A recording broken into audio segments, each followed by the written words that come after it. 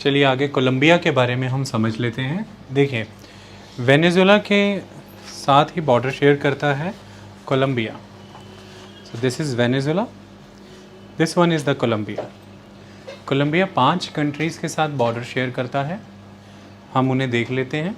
देखिए, southern side में Colombia border share करता है इक्वेडोर एंड द पेरू। हमें दिखता है ये बॉर्डर, ये अपनी साउथ ईस्टर्न साइड पे और ईस्टर्न पे बॉर्डर शेयर कर रहा है ब्राज़ील, तो तीसरी कंट्री ब्राज़ील। ये ईस्टर्न नॉर्थ ईस्टर्न साइड पे बॉर्डर शेयर करता है वेनेजुएला। तो साउथ में 2 कंट्रीज़ हैं, Ecuador and Peru, then east में ब्राज़ील एंड दिस वेनेजुएला 4, और यहाँ पर इसके नॉर्थ वेस्ट में दिस कंट्री इज़ पनामा। तो 5 कंट्रीज़ के साथ बॉर्डर शेयर करता है। इसके नॉर्थ में है Caribbean Sea, in the north there is Caribbean Sea. इसके वेस्ट में है this Pacific Ocean. Okay, so Caribbean Sea and Pacific Ocean, ये 2 ओशियंस इसके साथ, एक सी और एक ओशियन इसके साथ कनेक्टेड है। ये इक्वेटर गुज़र रही है और आप देख सकते हैं कि इक्वेटर कोलंबिया से होके गुज़र रही है। तो कोलंबिया के साउदर्न एरिया से इक्वेटर गुज़रती है और अधिकतर ये सारी की सारी कंट्री ट्रॉपिकल रीजन में ही फॉल करती है। ये कुछ ही हिस्सा है जो इक्वेटर के इधर नीचे जाता है, तो भी अगर हम कंसिडर करें तो ये कैंसर से कैप्रिकॉर्न के बीच का ही क्षेत्र है and it is dominated by the tropical impact. इतनी बात क्लियर हुई। लेकिन अगर हम दूसरी तरफ अब यहाँ देखें फिज़िकल मैप में, तो हमें साफ नज़र आता है कि कोलंबिया में एंडीज़ माउंटेन की 3 पैरेलल माउंटेन रेंजेस एग्जिस्ट करती हैं, 1 2 3। मैं आपको इसे क्लियरली दिखा दूंगा, अभी मैं आपको दिखाता हूँ। तो ये देखिए, दिस वन इज़ कोलंबिया। तो यहाँ पर आप देखिए कोलंबिया में एंडीज़ माउंटेन की 1 2 और 3 पैरेलल रेंजेस होती हैं। ओके, इनके बीच में कवर है। तो एक तो मेन एंडीज़ माउंटेन यहाँ तक आ रहे हैं, उसके बाद 3 हिस्सों में बढ़ जाते हैं। तो बड़ा डोमिनेंस है इस पर्टिकुलर कंट्री कोलंबिया के ऊपर इन एंडीज़ माउंटेन का। अगर इसके ईस्टर्न रीजन की बात करें तो इस पे एक इन्फ्लुएंस ओरिनिको रिवर का भी है। तो हमें साफ दिखता है, एक वाटर बॉडी नॉर्थ में है जिससे प्रभावित है कैरिबियन सी, एक वेस्ट में है दैट इज़ पैसिफिक, एक ईस्ट में है दैट इज़ ओरिनिको। और अगर हम साउथ में आ जाएं तो आप देख सकते हैं जस्ट इसके साउदर्न टिप पे, जहाँ पे ये ब्राज़ील से टच हो रहा है, there is influence of Amazon also. तो दक्षिणी दिशा में अमेज़ॉन से भी प्रभावित है, पूर्वी दिशा में ओरिनिको से, उत्तरी में कैरिबियन, पश्चिमी में पैसिफिक। ओके, ये कोलंबिया के बारे में। अब हम कुछ चीज़ों को समझते हैं जब हम कोलंबिया की बात करते हैं। देखिए, कोलंबिया एक बड़े साइज़ की कंट्री है। अगर हम उसे फ्रांस से कंपेयर करें तो वो फ्रांस के साइज़ की डबल है, यानी कि फ्रांस के दुगने साइज़ की है। अगर हम यूनाइटेड स्टेट्स ऑफ अमेरिका से उसे कवर करें तो यूनाइटेड स्टेट्स ऑफ अमेरिका के साउथ ईस्ट के 9 राज्य ऐसे हैं जिनके बराबर अकेला कोलंबिया है। ये देखिए, ये यूनाइटेड स्टेट्स ऑफ अमेरिका के ऐसे कुल 9 राज्य हैं, द 9 स्टेट्स, उनसे भी बड़ा है कोलंबिया। ओके, कैपिटल है द बोगोटा। इतनी बात समझ में आई। तो ये कोलंबिया साउथ अमेरिकन कॉन्टिनेंट में है। हमने रीजनली उसकी लोकेशन देखी, हमने उसे डिमार्केट भी कर लिया, वो किन किन कंट्रीज से घिरा हुआ है आप लॉजिक के साथ हमेशा बता पाएंगे। नीचे की तरफ इक्वाडोर और पेरू से, इस तरफ ब्राज़ील से, देन इस तरफ वेनेजुएला से, उस तरफ पेरू से। इतनी बात, सॉरी पनामा से। ओके, चलिए देखिए, ये जो पनामा है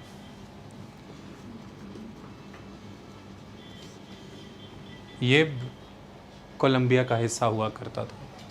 it was a part of Colombia. 1903 में इसने खुद को कोलंबिया से आज़ाद करा लिया और इसकी इस आज़ादी की लड़ाई में यूएसए ने पनामा को सपोर्ट किया था।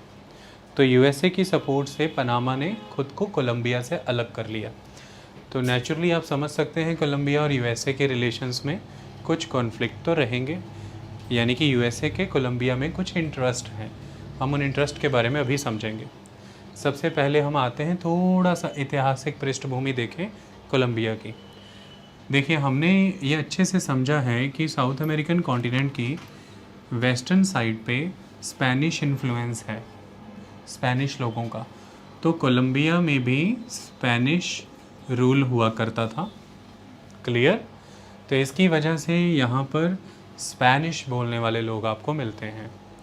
तो there is a dominance of Spanish culture. Clear हो गई कहानी? ये एक बात। सेकंड, इसने खुद को स्पेन से कब आज़ाद कराया? जैसे वेनेजुएला ने 1821 में करवाया, इसने खुद को 1819 में, 1819 में ये स्पेन से आज़ाद हो गया था। आज़ादी के बाद यहाँ पर क्या होता रहा? देखिए, अब स्पेनिश लोग तो चले गए, उन्होंने तो आज़ाद कर दिया इनको, लेकिन उनका प्रभाव यहाँ पर रहेगा। तो आपको यहाँ पर भी मेस्तीज़ो देखने को मिलेंगे, द मिक्स्ड पीपल, जो स्पेनिश और अमेरिंडियंस के मिलन से बनते हैं। ओके, हुआ क्या यहाँ पर?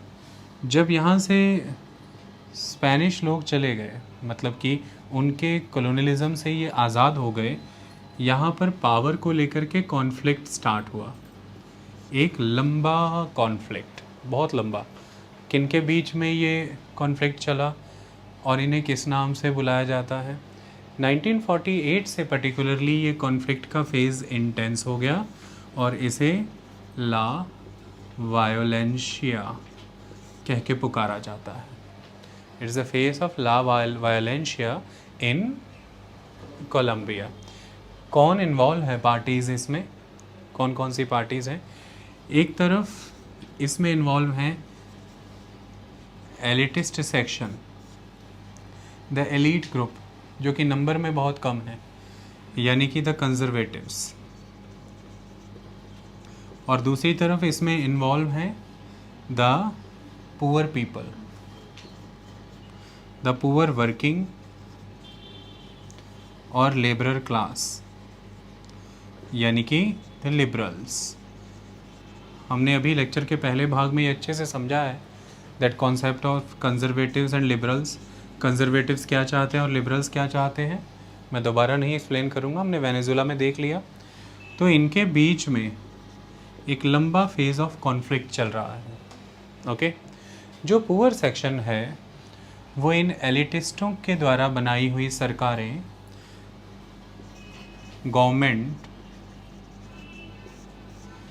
को जिम्मेदार मानता है अपनी बर्बादी का, अपने इस हालातों का। वो इन ओलिगार्क्स, जब कुछ लोगों का समूह मिलकर के किसी भी देश में सत्ता को संभाले और संभालने की प्रक्रिया ऐसी हो कि वो प्योरली लोकतांत्रिक ना हो, दिखने में लगे लोकतंत्र पर ना हो, वो एक तरह से राजतंत्र ही हो, तो ओलिगार्की हो जाती है। जैसे ऐसा होता है ना कि एक पर्सन, सिंगल पर्सन किंग है, तो ये तो हमें क्लियरली पता है कि डेमोक्रेसी है ही नहीं, एक पर्सन ही राजा है। लेकिन ऐसा हो सकता है ना, एक नहीं, 1+9, 10 लोगों ने मिलकर के शासन संभालना शुरू कर दिया है। तो ये तो इनके बीच में पावर बट गई है आपस में, बट नीचे जो प्रजा है इनके स्तर पर तो फ़र्क नहीं आ रहा है ना। तो ये बस इतना समझ लीजिए आप कि एक तरह की ऑटोक्रेसी या नॉन डेमोक्रेसी सिस्टम हो जाता है, दैट इज़ ओलिगार्की सिस्टम, जब सत्ता एक के पास नहीं कईयों के पास बढ़ जाती है। तो पुअर पीपल इन गवर्नमेंट के मेंबर्स को ओलिगार्किस्ट कह करके पुकारते हैं। ओके, तो ये लोकतांत्रिक मुल्कों में कोई बहुत बेहतरीन शब्द नहीं होता है। आई बात समझ में? इसमें कोई डाउट आपको? जैसे आप ये चाहते थे कि पहले मैं यहाँ पर सत्ता में हूँ, राजशाही थी, द किंगडम, मैं नियम बनाता था, आप पालन करते थे। आप चाहते थे कि राजतंत्र ना हो, जनतंत्र हो, जनता का राज हो, लोकतंत्र हो। तो उसके लिए आपने मेहनत की, प्रयास किए। तो हमने क्या किया, जैसे मेरे साथ और 10 लोग आ गए, ऐसा कह के कि वो सब जनता के नुमाइंदे हैं, जनता के हित में काम करेंगे, जनतंत्र हो जाएगा, राजतंत्र नहीं रहेगा, जनता का राज है। लेकिन असल में हम 10 लोग मिल कर के अपनी मर्जी से ही सरकार चला रहे हैं। तो पहले एक था, अब 10 हो गए। तो 1 से 10 में आके हमने डेमोक्रेसी अचीव नहीं की, ये एक डिफरेंट ही तरह का कोई सिस्टम ऑफ गवर्नमेंट हो गया है, and that is oligarchy. Okay, that is oligarchy, जब पावर कई लोगों में शेयर हो जाती है। जब भारत एंशिएंट पीरियड को एक्सपीरियंस कर रहा था, भारत में भी ऐसे रिपब्लिक्स थे, लेकिन वो ट्रू डेमोक्रेटिक रिपब्लिक होने की बजाय ओलिगार्की थे। दे वर लाइक ओलिगार्कीज। ऐसा तो नहीं था कि एक ही राजा एब्सोल्यूट है और एब्सोल्यूट रूलर ही रूल कर रहा है, निरंकुश शासक है कोई। 8 से 10, 15, कई बारी 100 राजा, 100 किंग्स भी मिल कर के शासन किया करते थे। तो it was like oligarchy. Democracy तब होती है जब ये देखा जाता है कि जो सत्ता में है वो जनता द्वारा चुना जा रहा है कि नहीं, वो हर नियम कानून बनाने से पहले जनता की राय ले रहा है कि नहीं, और हर नियम कानून बनने के बाद जनता में शक्ति है उन नियम कानूनों को परिवर्तित कराने की। इन सब एलिमेंट को देखा जाए, चुनाव की प्रक्रियाएं अगर हों तो लोकतंत्र होता है। लेकिन एक तरफ लोकतंत्र है और एक तरफ राजतंत्र है, इसके बीच में कहीं ओलिगार्की भी होती है। Okay, there is oligarchy. Clear हुई कहानी? तो इस तरह से it was a fight between elitist and the poor working people. ये पुअर वर्किंग पीपल के लिए समस्या है ये सरकार। वो ये मानते हैं कि सरकार में हम लोगों की हिस्सेदारी नहीं है, हम में से अगर कहीं कोई कभी इनमें पहुंच जाएगा तो इनको प्रॉब्लम हो जाएगी। पेब्लो एस्कोबार एक बड़ा ड्रग लीडर हुआ करता था एक समय में कोलंबिया में। वो अपने लोगों को, यानी कि द पुअर पीपल, वो खुद तो पुअर नहीं था उस समय में, बिलियन डॉलर उसका व्यापार हो चुका था, लेकिन फिर भी वो खुद को काउंट तो उन्हीं में से करता था। वो अपने लोगों को हमेशा ये कहता था कि मैं इलेक्शन जीता हूँ, लेकिन फिर भी ये ओलिगार्किस्ट मुझे एक्सेप्ट नहीं कर सकते, कोई ना कोई आरोप मुझ पर लगाकर मुझे बदनाम करते हैं। क्यों?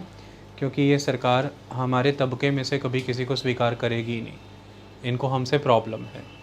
तो दैट्स वाई आपको कोलंबिया के इतिहास को जब भी पढ़ना है उसे इन दो पॉइंट ऑफ व्यू से देखना ज़रूरी होगा, क्योंकि इनके बीच का कॉन्फ्लिक्ट ही है कोलंबिया। कोलंबिया इस कॉन्फ्लिक्ट के आसपास ही घूमता रहा है। ओके, एक वर्ग जो लंबे समय तक मार्जिनलाइज्ड रहा, सुविधाओं से डिप्राइव्ड रहा, जो ये संघर्ष करता रहा कि सत्ता में, ताकत में उसकी भी कोई हिस्सेदारी हो। लेकिन दूसरा वर्ग जो सत्ता बांटना नहीं चाहता था, जिसे हमेशा ये रहता था कि ये लोग वर्गलाए गए हैं किसी दूसरे मुल्क के द्वारा, या किन्हीं ड्रग लीडर्स के द्वारा, या किन्हीं कम्युनिस्टों के द्वारा, और अगर इनकी बातों को माना तो कंट्री अनस्टेबल हो जाएगी। तो वो हमेशा अपनी पोजीशन, कंट्री और गवर्नमेंट को बचाने के नाम पर इनको जगह नहीं देते रहे, इन पर एट्रॉसिटीज़ होती रहीं। तो एक खूनी संघर्ष चला है कोलंबिया में सत्ता में अपनी जगह बनाने के लिए।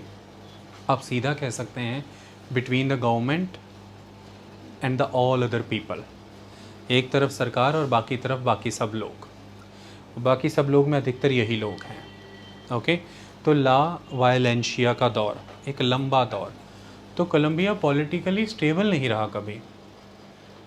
ये तो अब जा कर के अगर आप 2010 की बात करेंगे तो आपको कोलंबिया में एक स्टेबिलिटी देखने को मिलेगी। अदरवाइज़ 2000 तक भी कोलंबिया पॉलिटिकली स्टेबल नहीं रहा, वो अनस्टेबिलिटी के दौर से गुज़रता रहा। ओके, इतनी चीज़ समझ आई? देखिए, मैं वही बार बार समझाता हूँ, ये कॉलोनियलिज्म का प्रभाव ही है पूरी दुनिया पर। कि कुछ मुट्ठी भर लोग, जिन्हें मैं बार बार माइनॉरिटी एलीट ग्रुप कहता हूँ, पूरी की पूरी कंट्री की, जिसे मैं यहाँ पर सोसाइटी कह के पुकारता हूँ, पूरी की पूरी कंट्री यानी कि सोसाइटी की सारी वेल्थ एंड पावर इनके कंट्रोल में रहती है, द माइनॉरिटी एलीट ग्रुप्स। और फिर नेचुरली जो मेजॉरिटी डिप्राइव्ड ग्रुप होता है वो इनके अगेंस्ट रहता है, क्योंकि ये पावर और वेल्थ को यील्ड करते हैं। इस कारण से बिजनेसेस भी इन्हीं के होते हैं, इस कारण से सरकार में भी यही होते हैं, गवर्नमेंट। इसलिए ये मेजॉरिटी डिप्राइव्ड ग्रुप, जो मेजॉरिटी डिप्राइव्ड ग्रुप हैं, ये उन बिजनेसेस का भी विरोध करते हैं, उन सरकारों को भी सौतेली नज़रों से देखते हैं, उनका विरोध करते हैं। इन्हें लगता है कि ये बिजनेसेस इनकी ज़मीन यानी कि इनके लैंड, इनकी जंगल यानी कि इनके फॉरेस्ट, इनके संसाधन जिनमें कि जैसे कि वाटर बॉडीज़, जल, ये सब चीज़ें लेते चले जा रहे हैं। और बदले में इन बिजनेसेस से क्रिएट होने वाली इस वेल्थ में इन्हें कोई शेयर नहीं दे रहे हैं, तो इनकी जंगल ज़मीन को लेकर के संघर्ष पूरी दुनिया में ही चल रहा है। जहाँ जहाँ कॉलोनियल पावर्स थी, एग्रीकल्चरल कम्युनिटी सफ़र कर रही हैं, धीरे धीरे वो कम्युनिटीज़ मार्जिनलाइज हो गई हैं। आप एक चीज़ सोचिए ना, जब कॉलोनियलिज्म नहीं था हमारे देश में, तब भी लोग फार्मिंग करते थे। लेकिन आप मुझे बताइए कि आपने कितने केसेस सुने सुसाइड के, तब किसान फंदा लगाता था। ये चीज़ें कम होती थी, लाइफ प्रॉस्पेरस नहीं थी, जीवन में कोई बहुत ज़्यादा सुविधाएं या बहुत प्रॉस्पेरिटी ऐसा नहीं था। लेकिन तब फार्मर के पास छोटा होने के बावजूद भी इतना का रिसोर्स बेस होता था कि वो अपनी लाइफ को सपोर्ट कर ले, यानी कि डिफ़िकल्ट कंडीशंस में भी वो अपनी लाइवलीहुड मेंटेन कर ले। क्यों? उसके पास कम्युनिटी लैंड पे एक्सेस होता था, जिसकी वजह से उसका कुछ पशुधन होता था। उन पशुओं से वो अपने मुश्किल दौर में बच जाता था। उन पशुओं से उन्हें दूध मिलता था, कई तरह के डेयरी प्रोडक्ट्स होते थे। मुश्किल समय में वो उन्हें गिरवी भी रख लेते थे, फिर छुड़वा भी लेते थे। फार्मिंग भी किया करते थे, खेती भी होती थी एक स्तर पर, और थोड़ी बहुत साथ के साथ आर्टिजनल एक्टिविटीज़ भी करते थे। कुछ बना लिया, कर लिया। अक्सर औरतें घरों में गलीचे बनाना, और पुरुष अक्सर लीन सीज़न में जब खेती में ज़रूरत नहीं है लेबर की, कुछ काम किया करते थे घरों में। तो कुछ को आर्टिजनल जॉब्स करते थे ये लोग, फार्मिंग भी करते थे, और कुछ कम्युनिटी लैंड जैसे कुछ जल संसाधनों पर अधिकार, कुछ जंगलों पर अधिकार, कुछ ग्रासलैंड पर अधिकार, जिनसे कुछ मछली, कुछ पशुधन, कुछ फल फूल, लकड़ियाँ, ऐसी चीज़ें आदत थी पहले गांव में लोगों की जोड़ने की। आज भी आप गांव के लोगों को देखेंगे, उन्हें आदत है लकड़ियाँ जोड़ के रखने की, एक नेचुरल सी हैबिट। ऐसा व्यक्ति कभी शहर भी आ जाएगा तो उस घर के मर्द या औरत की कोशिश रहेगी कि कोई पेड़ पुड़ कटा है तो लकड़ी जोड़ लूँ। तो तब ईंधन उन्हें खरीदना नहीं पड़ता था, इन सब चीज़ों पर उनका एक एक्सेस हुआ करता था। इसकी वजह से जीवन तो बहुत बेहतर, ऐसा नहीं मान सकते कि बहुत सुविधाएं थी, लेकिन हाँ ये था कि वो अपने ही इस जीवन में एक संतुष्टि में थे, रिसोर्स बेस था। लेकिन जब कॉलोनियलिज्म आया है पूरी दुनिया में, तो ये चीज़ें में बदलाव आया है, क्योंकि फार्मिंग बड़े स्केल पे हुई। फिर प्रोडक्शन का स्केल बढ़ाने के लिए लार्ज एरिया अंडर कल्टीवेशन लाया गया, जिसका सीधा ही नतीजा ये निकला कि ये कम्युनिटी लैंड ख़त्म हो गए। जो शामलाट ज़मीनें होती थी, जो गांव की सांझी ज़मीन होती थी, कम्युनिटी की ज़मीन होती थी, वो ख़त्म हो गई। इसी तरह से फिर कम्युनिटी ज़मीन ख़त्म होने से वो घास के मैदान ख़त्म हो गए, उन पे लगे पेड़ पौधे ख़त्म हो गए, और उनमें बने तालाब ख़त्म हो गए, तो लोग जल के लिए भी तरसे, पशु के चारे के लिए तरसे, फल फूल औषधियाँ लकड़ियों के लिए तरसे, मछली और जल के कई संसाधनों के लिए तरसे। इन चीज़ों के लिए तरस गए और गरीब वर्ग तकरीबन इसमें सफ़र हुआ, क्योंकि वो अकेले खेती के दम पे इतना बड़ा परिवार नहीं पाल सकता, अकेले फार्मिंग के दम पर। और बड़े उद्योग धंधे आने के कारण, मशीन बेस्ड प्रोडक्शन होने के कारण, हाथ से बनने वाली चीज़ें तो वैसे ही ख़त्म हो गई देश के अंदर, तो उनकी आर्टिजनल एक्टिविटी भी ख़त्म हो गई। ले दे के रह गई उनके पल्ले वो थोड़ी सी ज़मीन। तो थोड़ी सी ज़मीन में ऐसी महंगाई में जीवन कहाँ से बिताएगा? तो कम्युनिटी लाइफ का एंड होना पंजाब में, हरियाणा में, वेस्टर्न उत्तर प्रदेश, महाराष्ट्र की गन्ने की खेती इलाके और तमिलनाडु आंध्र प्रदेश के कोस्टल एरिया, जहाँ पर कैपिटल इंटेंसिव खेती हो रही है, यानी कि महंगे बीज, बहुत ज़्यादा दवाइयाँ और बहुत ज़्यादा रासायनिक खादों का प्रयोग हो रहा है, केमिकल फर्टिलाइज़र। वहाँ पर ये थोड़े थोड़े ज़मीन के टुकड़े, क्योंकि हमारे देश में किसान छोटा है, वो उनको बचा नहीं पाते हैं। इसलिए जब कम्युनिटी सिस्टम ब्रेक कर दिया गया, इसे कहते हैं रूरल लाइफ का फ्रेगमेंटेशन कर देना, रूरल सोसाइटी को फ्रेगमेंट कर देना, तोड़ देना, तो उन लोगों के पास से वो सांझी शक्ति, जो सांझे संसाधन थे, वो चले गए। अब बेटी का विवाह है तो अपने दम पर करो, बच्चों की शिक्षा है तो अपने दम पर करो। लेकिन जब कम्युनिटी लाइफ थी तो पूरा गांव आगे बढ़ता था और कंट्रीब्यूट करता था विवाहों में।